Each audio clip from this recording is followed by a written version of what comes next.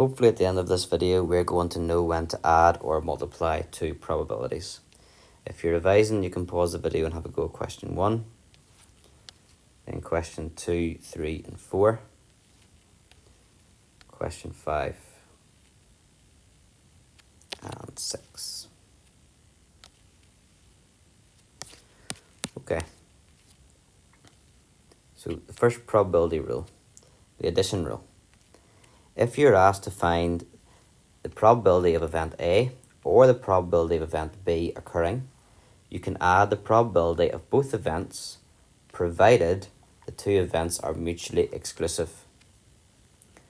So we can add to find the probability of A or B happening, we can simply work out the probability of A, the probability of B and add them together.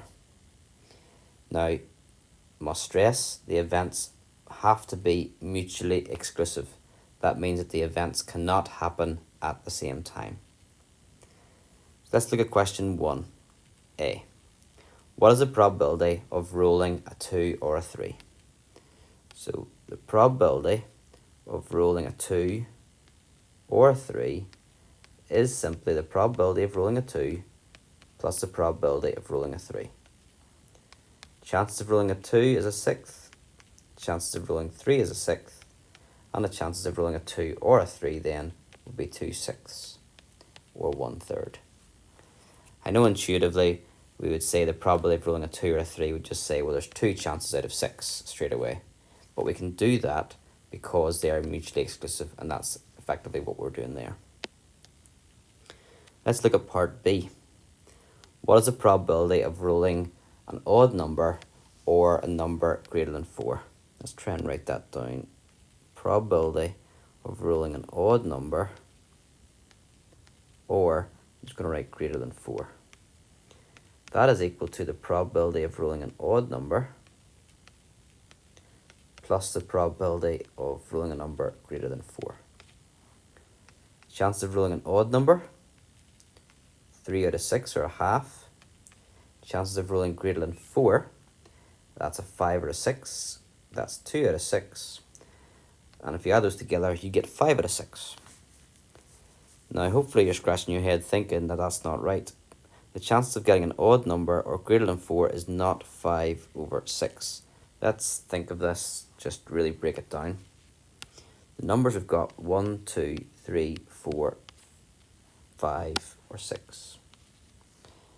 Chances of getting an odd number, that means we can get these ones.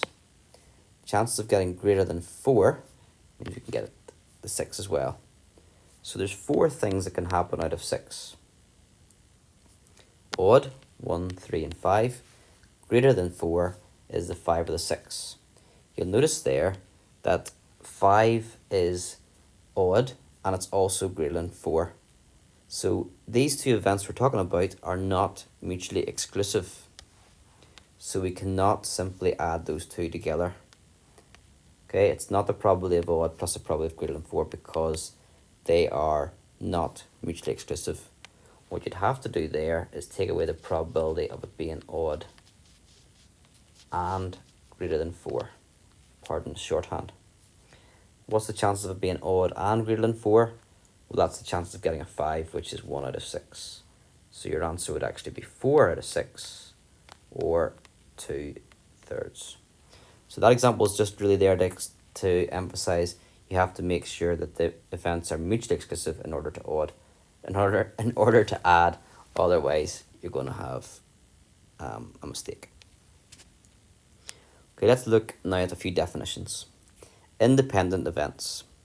Two events A and B are said to be independent if the outcome of event A has no effect on the outcome of B. Okay, no effect, no influence. One probability doesn't change the other. So examples of independent events would be something like rolling a dice and flipping a coin. If you roll a dice, does not matter what you get in that dice, the probability of getting a heads will stay the same, or tails. What about dependent events then? Well, if we look at the probability of a car breaking down and the probability of being late for school, if you're looking at those probabilities, the car breaking down will have an influence on whether you're late for school. It'll have an effect on the outcome. So car breaking down, the being late for school depends on whether the car breaks down or not. So they are dependent events. Multiplication rule then. If you're asked to find the probability of event A and the probability of event B occurring, you can multiply the probability of both events provided the two events are independent. So as an equation, the probability, or a formula, the probability of event A and B happening is simply the probability of event A happening multiplied by the probability of event B happening. Okay. Notice these are two different events, so like a dice and a coin. It's not like rolling a 1 and a 2 in the one trial. Number 2.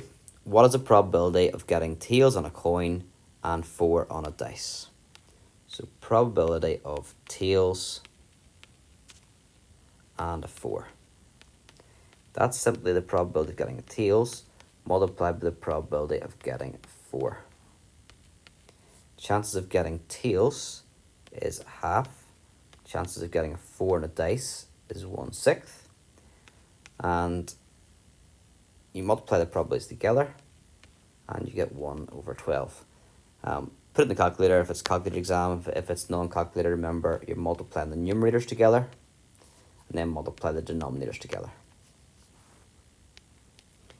Question 3. What is the probability of picking a club from a pack of cards and rolling an even number? So probability of clubs and even. So probability that first of all check, are they independent or dependent events? Well, what happens in the pack of cards is not going to affect the roll on the dice. So we can use the rule that the probability of clubs and even is equal to the probability of clubs multiplied by the probability of even on the dice. What's the chance of getting clubs? Well, there's 4 suits, and clubs is one of those suits, so that's a quarter. And probability of even number is half. Again, multiply the numerators together and multiply the denominators together. Question 4. What is the probability of flipping 3 heads in a row? So that's the probability of getting heads, heads, heads. You can extend this rule to more than one event. And this time we've got 3 events, the 3 flips. So the probability of getting heads, heads, heads is equal to the probability of getting heads times the probability of getting heads times the probability of getting heads.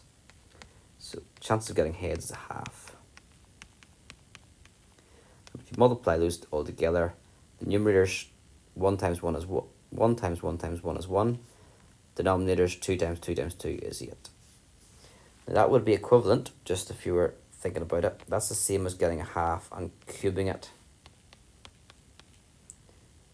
So just if you're doing that, if you flipped it 10 times, it would be a half to the power of 10 instead of having to write it out long like that.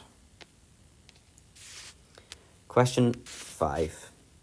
A dice is rolled twice. What is the probability of rolling 2 6s? So the probability of 6 and then another 6. What you roll on the first dice will not affect what happens on the second dice, so they're independent events, so we can multiply the 2 probabilities. Probability of getting a 6 is 1/6. So a 6 times a 6 is 1/36. What's the chances of getting no 6s? There's a way to write this down instead of writing no 6s. If you write 6 with a line on top, that means not 6. So you get not 6 in the first go and you get not 6 in the second go because you want no 6s overall. Again, they're independent events, so that's the probability of getting not 6 times the probability of getting not 6. Chances of getting a 6 is 1/6, so the chances of not getting a 6 is 5/6. And that gives you 25/36. What's the chances then of getting at least 1 6? Well, there's a couple of ways you can think of that. I'm just going to break it down. We're we're talking about getting sixes or not getting sixes, so we don't need to worry about getting a 1, 2, 3, 4, 5. They're just considered as not 6. So if you roll a dice, you can get a 6 in the first go and a 6 in the second go. Or you could get a 6 in the first go and not 6 in the second go. Or you could get not 6 in the first go and 6 in the second go. Or you could get not 6 and not 6. We want to get at least 1 6 in this question, which is these three scenarios. That's 1 6, that's 1 6, and that's 2 6. So those three are at least 1 6. So the probability of getting, there's not a quick way to write this one down, at least 1 6.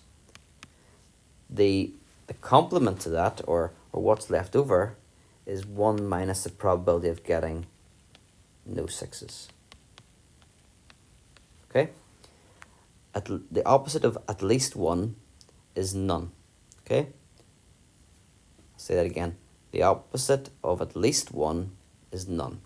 So you can either get at least 1 of something or you get none of it. So the chances of getting at least 1 6 is 1 minus probability of getting no 6s, which we know is 25 over 36 from the last question. And that gives us 11 out of 36. That's a really important question. That happens quite a lot. If you do this and try to work all that out, it's a lot of work and effort. Easy to make a mistake in the middle of it. Okay, number 6. There are 3 red, 1 green, 2 white beads in a box. One is selected at random and then replaced. Another bead is then selected. So that's important. If you replace something and then do another selection, it's as if you're starting back from scratch. There's been no influence. What happened on the first go, which you chose, does not affect the second go because it's put back in and shuffled. So the first pick may as well not have happened. Okay, what is the probability that in part A, the first bead is red and the second is white? So probability of red, then white, is the probability of getting a red on the first go times the probability of then getting a white on the second. Red, there's 3 reds out of the 6, and then chances of getting a white, there's 2 there out of the 6. Could have simplified, but sometimes it's actually easier to not simplify. In that question, probably simplifying would have been easier, but you can simplify at the end too. Part B. What's the probability that one bead is white and the other is green? So this one doesn't state that it has to be the first and the second, like the part A. In part A, the first had to be red and the second had to be white. Here we're just looking for a white and a green. So probability of getting 1 white and 1 green. There's a couple ways you can do that. You can get white, green, or you could get green, white. Because you can get one or the other, you can add those 2 probabilities. It makes it more likely because there's 2 ways that can happen. I'll go do this in one step quickly, but these are independent events, so I can just multiply the probabilities of white and green together like this sort of a technique. Maybe I will write out in full. That's the probability of getting white times the probability of getting green. And the other one is the probability of getting green times the probability of getting white. You might not write that out. You might go straight into saying the probability of getting white is 2 out of 6. The probability of getting green is 1 out of 6. And then vice versa.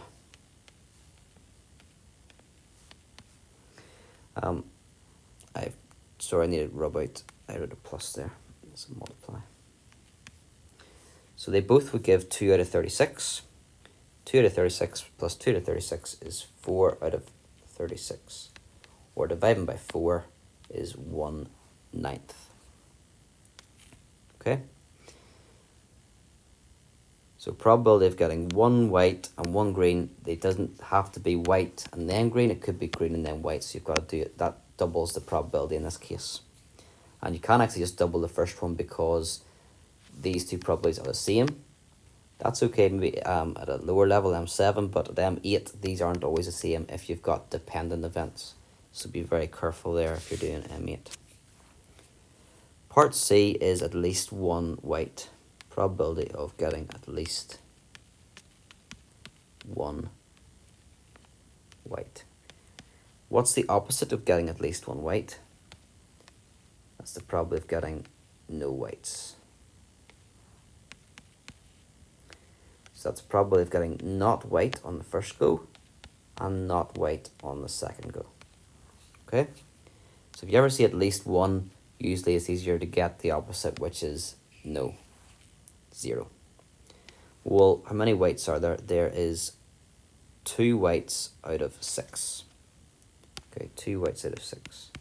So there's 4 ways of getting not white out of 6.